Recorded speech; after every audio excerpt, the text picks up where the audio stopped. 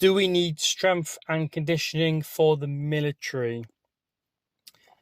Hey guys, welcome to Commando Performance Podcast. We are on our second episode. First one was epic. We had a great response from that.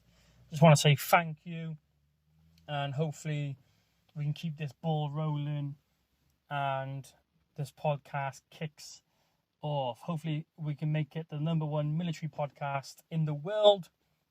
But like I said at the start, do we need strength and conditioning for the military, especially preparing to join the military? So that's the topic we're going to cover today. We haven't got a guest for this one. It's just going to be me rambling on about strength conditioning, how you can train, how it helps you, prepares you in your preparation. But let's just get straight into this. So yeah, my background is 7 years in the military. Served 7 years in the military. Played professional sports growing up. So I joined the military at 21. From 15 to 21, I was playing professional ice hockey in the UK. Played rugby growing up. I've trained with professional strength and conditioning coaches. I'm also qualified strength conditioning coach, also qualified Olympic weightlifting coach, and also a CrossFit coach. Also competed at a high level in CrossFit. I've also coached high level athletes and coached regular people. So I'm literally currently in my coaching phase now. So at the moment I've done four years coaching CrossFit online and in person. I have a number of professional athletes under me at the moment. And that's ranging from professional ice hockey players, professional rugby players, professional footballers, CrossFit athletes, weightlifters, junior and senior weightlifters, and also powerlifters. So I coach and mentor a number of athletes in a number of strength sports and sports performance. So hopefully I've got enough knowledge to help you guys, especially when it comes to preparing for the military. So like I said, I've got all this knowledge in strength and conditioning. I've also got 7 years experience in the military.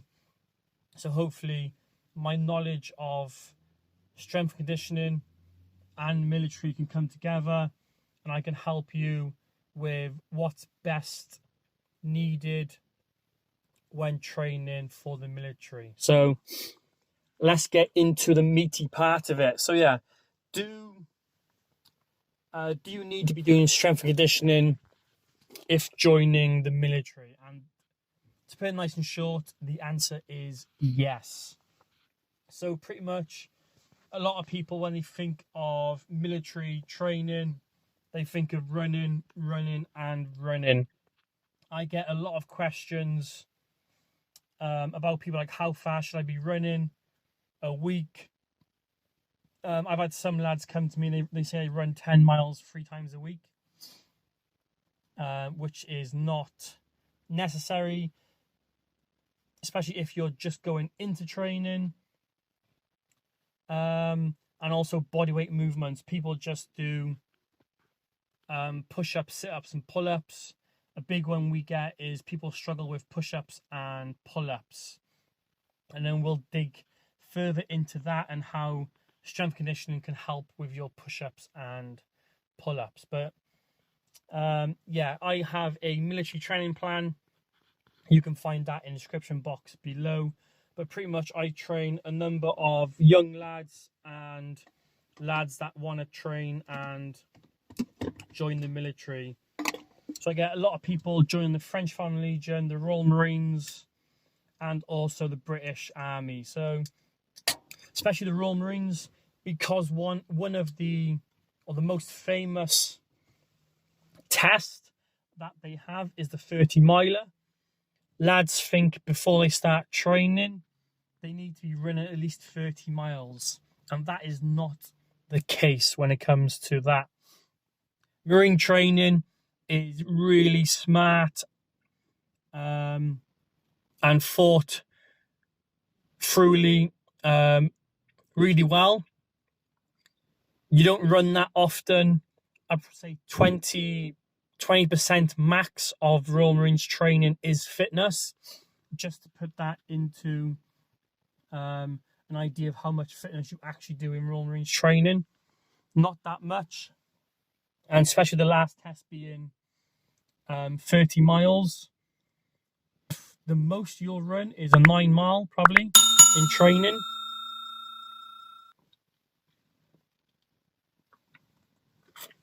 Sorry, just having a drink of my Commando Dagger coffee. This video is also brought to you by Commando Dagger. But yeah, so lads think they got to run miles and miles and miles when joining the military, but that's not the case. There's ways of getting fitter and less stress on the body than running constantly. So again, this is about strength and conditioning, but we're going to dive into some fitness as well. So you can easily go on a 4-hour bike ride or go for an hour swim, and you'll probably get more benefit from that than you will running 10 miles. The 10-mile run will just put so much stress on the ankles, the shins, the knees, and the hips. You might have stress fractures, just tightness in the hip that will lead on to pain, the impact on the knees. You might get some like runner's knee, so patella tendonitis. All these things might occur if you run in constantly every week, when you could train smarter, go for an hour in the swimming pool. The water takes all the stress off your joints because you're pretty much floating, and then you're swimming, which will also help improve your fitness because, again, you got to hold your breath. You're doing aerobic conditioning, and also then you're using your arms and muscles to pull yourself through the water. And again, that will carry over to your pull-ups again. I've got a great example of that with pull-ups. So I've always struggled with pull-ups. I wouldn't say struggle. I complete the beep test to the pull-ups. I can do 18 pull-ups plus quite easily. I can jump to a band, just do 15 straight up. But I mean like high volume pull-ups, like if I'm doing 50 plus pull-ups. Swimming helped massively with that. So I went swimming twice a week for like 8 weeks, and just swimming alone improved my pulling endurance. So when I say pulling endurance, it's just like pull-ups, bent over rows, they're pulling movements. So just pulling weight towards the body or pulling your weight above a pull-up bar. That is pulling. And then pushing is obviously the other way around. Bench press, push-ups, you're pushing something away. So yeah, pulling. When I was swimming, I was doing front crawl. You pull the water or you pull your arm to your body. And again, because I was doing that for an hour straight, it improved my pull-ups massively. So again, like I said, you can improve your pull-ups by not doing pull-ups. You could do swimming and other movements that will assist with pull-ups. I've completely gone off topic here. I've gone into fitness. Yeah, just covering lads that get in touch with me, message me about strength and conditioning and fitness. Like I said, when you think of military, everyone thinks old school, like running and bodyweight movements. And yes, that is a massive part of the training. But there's ways that you can improve these things and also help reduce injury. So strength and conditioning is more strengthening ligaments and muscles to deal with the demands of military training. So that's what we're doing here pretty much. We are looking at movements that help develop your muscles, your joints, your ligaments. So it reduces injury and supports the demands of the running that you put your body through and what military training puts through the body. So let's get into that.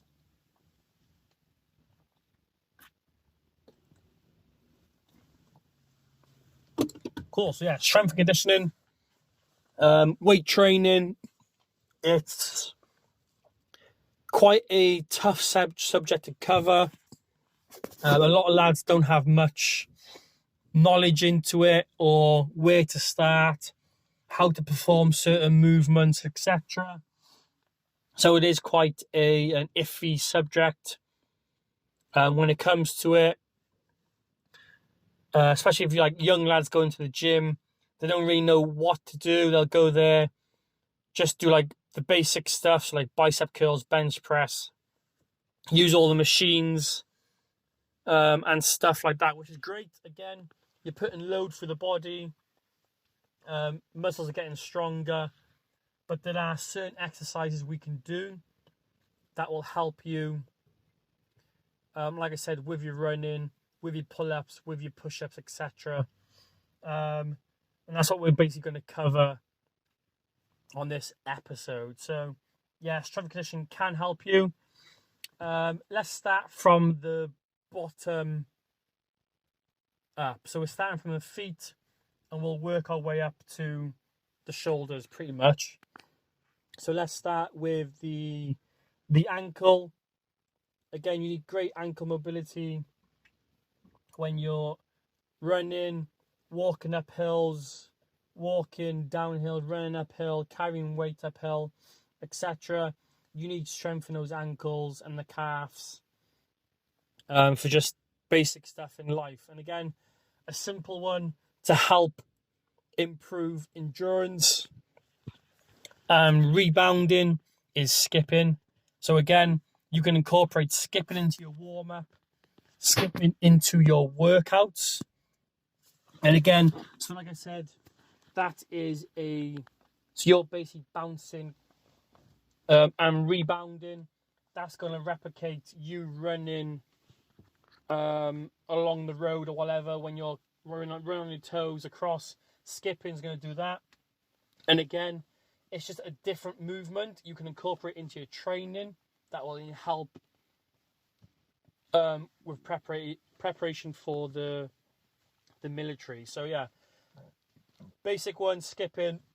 Like I said, that's going to help with the calves, and it's also going to increase your fitness as it raises your heart rate, and you're going to start breathing heavy. And then when we go into strength and conditioning, weight training, we got calf raises. So you got standing calf raises or seated calf raises. Again, you can start these with just body weight. So you can just stand on the edge of a box or a plate. So your balls of your feet, so not just your toes, but your balls of your feet. So some of your foot as well is on the box. I will go double feet to start with. So nice and slow down, nice and slow up. So really controlled reps at the bottom. So when your heels dropped, you're going to feel that stretch in the calves and the Achilles. And when you come up onto your toes, you'll feel that muscle contract. So you'll be nice and tight. So that's a great one to add into your leg sessions if you do legs. or whatever. You can do this in your house, so you can stand on the edge of the stairs. So if you can't get to a gym, can't afford a gym membership, again, you can just do this in your house. Like I said, stand on the edge of a step, and again, just do reps of this. And again, this is going to strengthen those calves and those Achilles. When it comes to running, it's going to help with that rebounding. As you get comfortable with that, you can then go single leg. So you can just do single leg. So like say left leg on the step or on the plate. And again, just slowly up and down. Feel that stretch. Feel that squeeze of the calf. And then switch legs. Do the same on the next leg. And repeat. So this is a little bit more advanced from a double one. And again, it's just going to increase our strength in those calves, and it's going to help with the running and supporting running. So that's like just a basic one. And again, a lot of lads miss this and forget this. Like they'll do their squats, their lunges, etc., but they never concentrate on their calves. And this will help. Like I said, it'll help with running and rebounding on the roads and on the hills. So we got calves. We got skipping, builds endurance in the calves, and our rebounding also helps increase fitness. And then strengthening the calves, you've got standing calf raises. You've also got single leg calf raises. And then to advance that again, you can then add weight. So again, if you're in a gym, you can hold dumbbells. You can put a barbell on your back. If you're at home, you can put a backpack on with weight in there. Or if you've got a weighted vest, chuck a weighted vest on. And then do weighted calf raises. And then we're going to go up to the legs then. So quads, hamstrings, and glutes we'll cover here. So again, like I said, the basic movements you've got is squats and lunges. Again, I recommend single leg work. So for a base movement, squats is perfect. But again, lads struggle with squats, tight hips, mobility, the correct position, and how deep to go in a squat. A lot of lads I see don't go low enough in a squat to get the benefit of a squat. An easier movement is a lunge, because all you got to do is step forward, back knee touch the floor, and then stand up. It's pretty simple, a lunge. And again, it's single leg work, more beneficial. It helps reduce unbalancement in the body. And again, it'll help when it comes to walking with weight, carrying weight, running, because running and walking is a single leg movement.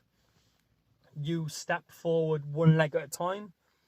So why not train as we would when it comes to our job? So you want to train as you would play, pretty much. So if your job involves running and walking, why not train to improve your running and walking? So yeah, single leg work. And again, we'll start with basics here with just bodyweight movements and then increase it from there. This coffee's good. So, like I said, you got lunges, and there's many different ways to do this. You've got walking lunges, you've got just forward lunges, you've got reverse lunges, you've got Cossack squats, which is basically lunging to the side pretty much. So you just step to the side and squat.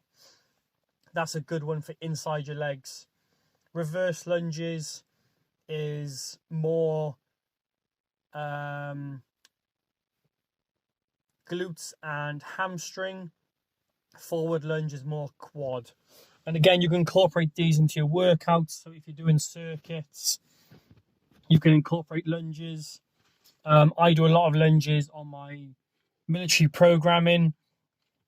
So in a workout, we could do like 20 walking lunges, push-ups, burpees, run 200 meters, stuff like that. But for strength and conditioning, like I said, start with basics, mix it up. So you could do lunges in your warm-up, lunges as a strength exercise, or lunges in your workout. Obviously, they all do different demands, or they all do the same thing, but obviously with different speeds. If you're doing it in a workout, you're going to do it as quick as possible. If you're doing it in a warm-up, you're going to go nice and slow, feel that stretch in the hip flexors, wherever you're tight. And then for a strength movement, you're obviously going to go as slow as possible, really feel those muscles working, and also add load to the movement so we get stronger. So yeah, with the loads, weighted lunges, you've got front rack, back rack, or like I said, you just have a weighted vest, or you're going to do dumbbells as well. So you can hold dumbbells in your hands by your side, do lunges. If you want to go heavy, you can put a barbell on your back and do lunges with a barbell on your back. You can also do barbell into your front rack, which then incorporates more core. So you got to squeeze your abs now to support the weight. But again, that's a little more challenging. I would just stick to back rack lunges when it comes to that. So that's lunges. The next single leg one is step ups. This is a huge one. I love doing step ups.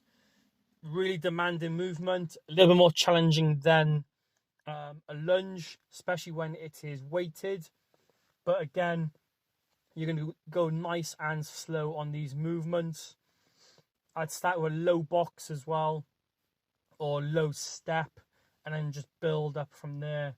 I'd rather you go low and control it, and maybe go for weight instead of go really high and go heavy. So, but yeah, step ups, again, single leg movement, mainly quad focused, and really focus on using the leg on the box or the step to stand up with. Try not to use the back leg to bounce up onto the box. So really focus on using that one leg to stand up with. And again, same as the lunges, you can hold dumbbells in your hands or kettlebells. You can put a barbell onto your back, barbell into the front rack, or again, if you haven't got a gym and you're at home, you can just put a backpack on with some weight in there, or if you've got a weighted vest, chuck a weighted vest on and do controlled step ups on the boxes.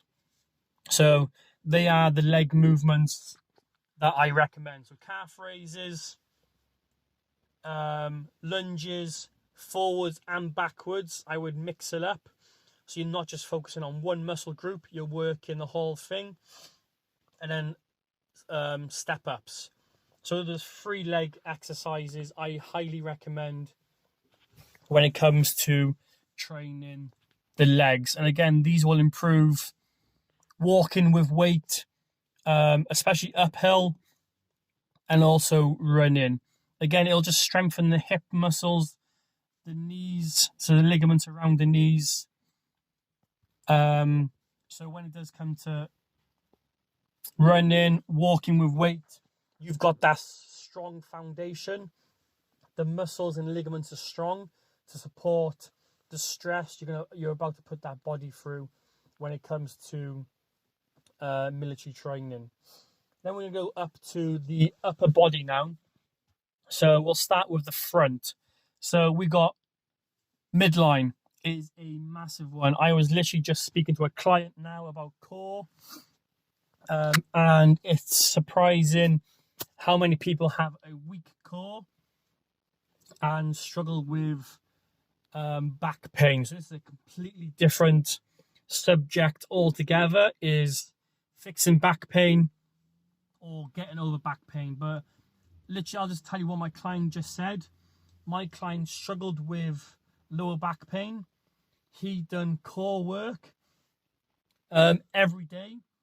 And then in a couple of weeks, the back pain vanished. That's how important core work is and strengthening that core. And again, if you follow my my programming, you find I put a lot of planks into warm-ups and accessory work. I'll sit-ups. I do a lot of core work, and this is a massive thing for this. The core is what supports the spine and holds the spine and the whole body pretty much in one position. So the core is a massive muscle group that a lot of people neglect when it comes to training. So yeah, make sure you do planks. And just YouTube different variations. There's so many you can do. So you got forearms on your plank, forearms on your hand. So basically in a push-up position, you go single arm plank, single leg plank. You go side plank. Or you got star plank. There's so many different variations. So make sure you chuck in plank variations into your training. It is a must. If it's one movement I say you do, it is core work, especially when it comes to carrying weight. So when you start putting a heavy bag onto your back, your core is what's going to start supporting that weight when you're walking with it. So yeah, make sure you do core work. And then the next one then is like chest work. So bench press is the common one that lads do. If you are doing bench press, make sure you're mixing her up. Make sure slow and controlled reps. And with your grip, I would put grip just outside shoulder width and try and mimic the push-up standards. So where you keep your elbows tucked into your sides on the push-ups, do exactly the same thing on the bench press. Again, it'll carry over to the push-ups, but it's also a safer position for the shoulders. So you don't want your elbows flared out when you bench press, because all that pressure is going for that shoulder joint.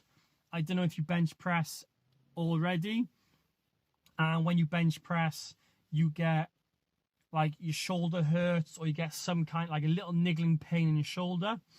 That could be because your elbows are flared out, and that shoulder is what's taking that weight instead of your chest and triceps. So try and keep those elbows tucked in, and get those triceps and chests working. And again, what's those two common things that take into the push-up? In a push-up, what's the first thing that goes? Triceps. What I just said a bench press does, triceps. So yeah, again, like I said, bench press is a great one,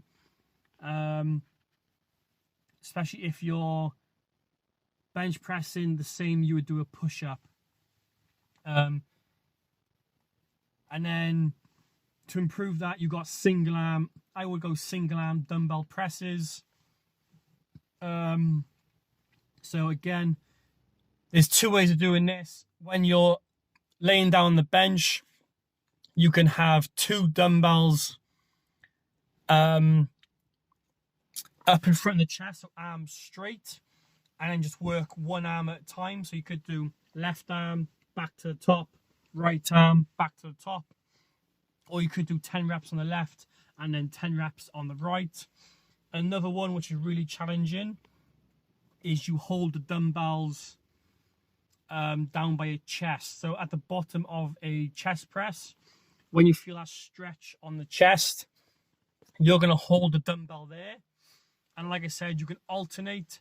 So do left arm, right arm, or you could do 10 on the left, 10 on the right, holding the dumbbells in that bottom position on the chest press. Again, you're going to start working single arm stuff here. Again, you then got that core's then got engaged because you're working one side and you got to stabilize on the other side. So those are two I would incorporate. So bench press, you can add more load, and then to get volume in, I would go single arm bench press or dumbbell chest press. And again, change the angle of the bench on this. So you could do like 1 click or 2 clicks or 3 clicks. Just every set, adjust it, or every week just change it. So 1 week you could do flat, next week do incline, stuff like that. So mix it up so the body is constantly getting challenged and you're working the full chest and not just certain parts of the chest. And again, that will just carry over to push-ups. You can then, if you haven't got access to the gym, again, like I said, you can wear a weighted vest. You can put a backpack on, add some weight, and do really controlled push-ups. You can then go decline, so put your feet on a bench or a chair or your bed. So your feet's up in the air, and you can do push-ups that way. Again, that'll make it a little more challenging and put more stress onto the chest and shoulders. And then the back. So the back, you've got bent over rows, single arm rows, and you've got lat pull downs and stuff like this. Again, this will just carry over to building a strong lats with the bent over rows. When you're bent over, try and keep the bar. So when you go bend over, make sure your hamstrings engaged. So your hamstrings should be nice and tight. You got a nice flat back. So pull your shoulders back. So now you got pin your shoulder blades backwards, and that should give you a nice straight back. Again, squeeze your abs. That's going to support keeping your back straight. And then when you pull the bar up to your body, don't just pull your elbows outwards so the bar touches your chest. Really focus on pulling your elbows back into the hips and try and bring that bar up into your pockets. So that bar is going to be hanging like probably down in front of your chest. From here, I want you to scoop your arms backwards, pulling that bar into your pockets. That way you should feel it more in your lats, and your lats working when you pull that bar upwards. Because normally when you pull that bar up to your chest and it's hanging in front of your chest, it's normally your shoulder blades and scaps and traps that do the work. With rows, we're really trying to get the lats engaged and get the lats working and moving that weight. So like I said, really focus on pulling those elbows backwards towards the body and bring that bar into your hips. And hopefully you'll feel your lats working more than you used to. So that's a compound movement. And another one then is single arm. So you can do basically put your hand onto a bench or your hand and knee onto a bench. Exactly the same thing. You're going to hold one dumbbell. You're going to pull it. Exactly the same movement as the bent over row. You're going to pull your elbow backwards. Bring that dumbbell up towards your hip or the pocket. Really focusing on the lats. So again, you're going to do right arm and then left arm. Single arm stuff. You then got lat pull downs, which is a simple movement. But rows are a great one to help support pull-ups, build nice strong lats, especially if you're doing bent over rows. Like I said, when you bend over, you got to engage your hamstrings, your glutes, which is going to keep you in that position. You're going to squeeze your core and you're going to pull your shoulder blades back. So you're working your hamstrings, your glutes and your core as well as working your lats. So it's a great movement. It works a range of muscles from that. But yeah, that is it for back. And then if you're at home, like I said, so we've covered bodyweight movements. If you're at home, tempo pull-ups again, or you can do isometric holds. So you pull your chin or get your chin over the bar, You can jump up. If you got pull up, you can do a pull up. And basically, I want you to hold your chin over the bar as long as possible. And again, that's going to build really strong lats and holding yourself up there. You also got negatives then. So you're going to pull your chin up. So you're holding your chin over the bar.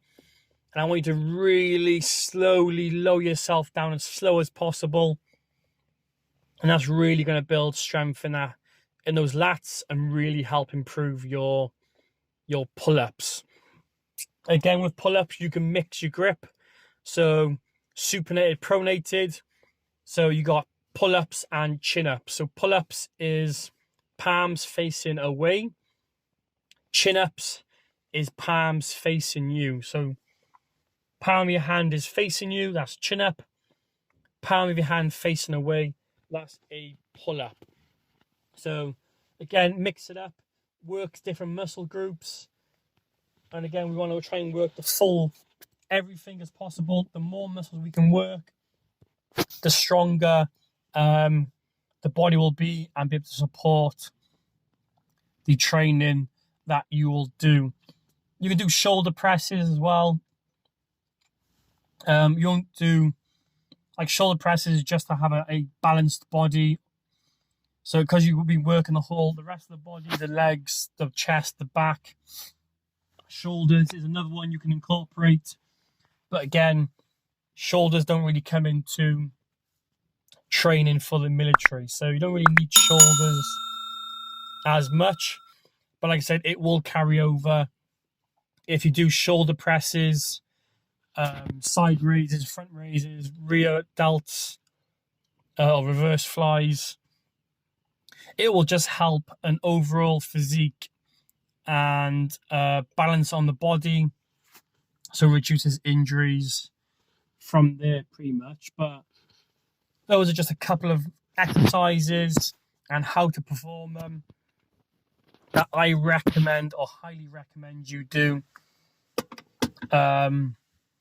for preparing for the military. So just to touch base again, the number one movements I would do is for legs, box step ups, calf raises, and core work. So those are the three main ones.